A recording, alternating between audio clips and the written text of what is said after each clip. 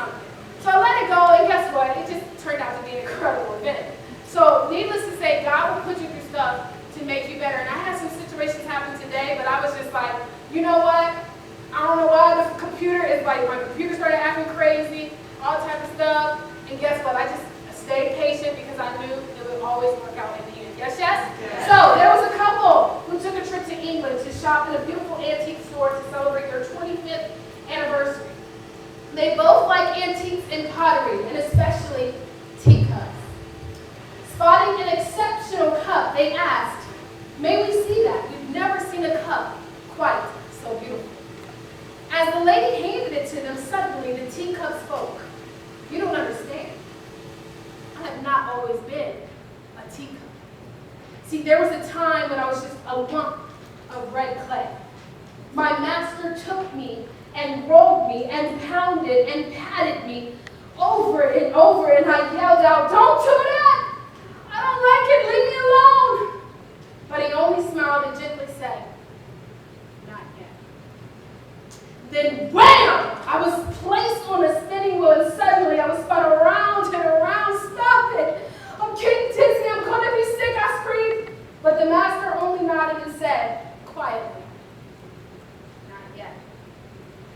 He spun me and poked me and prodded and bent me out of shape to suit himself, and then he put me in the oven. I've never felt such heat. I yelled, I knocked, I pounded at the door. Help, get me out of here!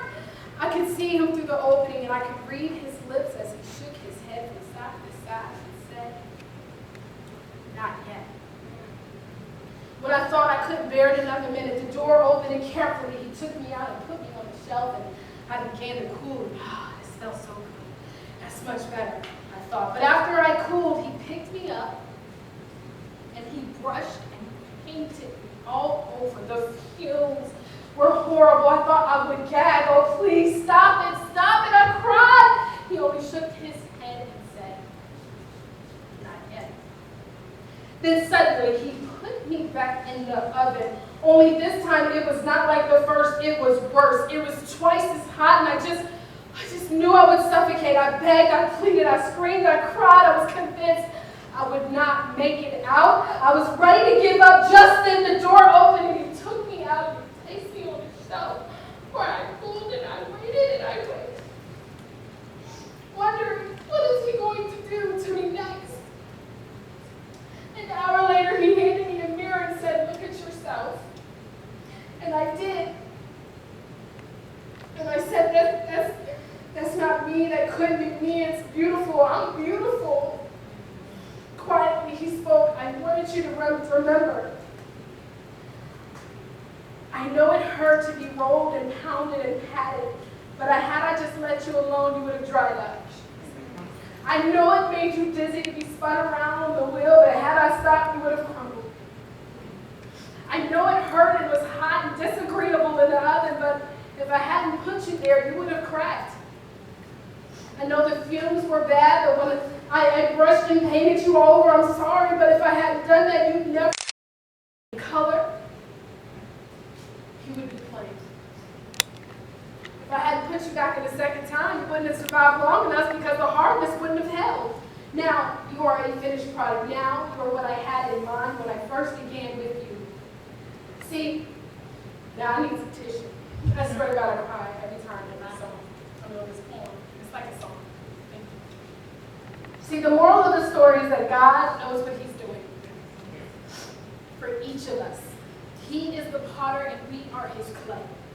He will mold us and make us and expose us to just enough pressures of just the right kinds that we may be made into the flawless piece of work to fulfill his good, pleasing, and perfect will. So when life seems hard and you are being pounded and patted and pushed almost beyond endurance, when your world seems to be spinning out of control, when you feel like you're in a fiery furnace of trials, when life seems to just stink, try this. Brew a cup of your favorite Organic Gold coffee. In the prettiest teacup. Sit down and think of the story and have a little coffee with the potter.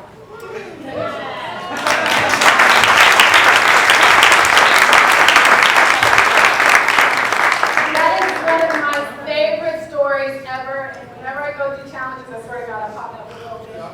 And I have to read it. Oh. It's true though, isn't that true? It's a true story. So, anyways, thank you guys. And again, you can get a copy if you want. I'm going to shift gears now.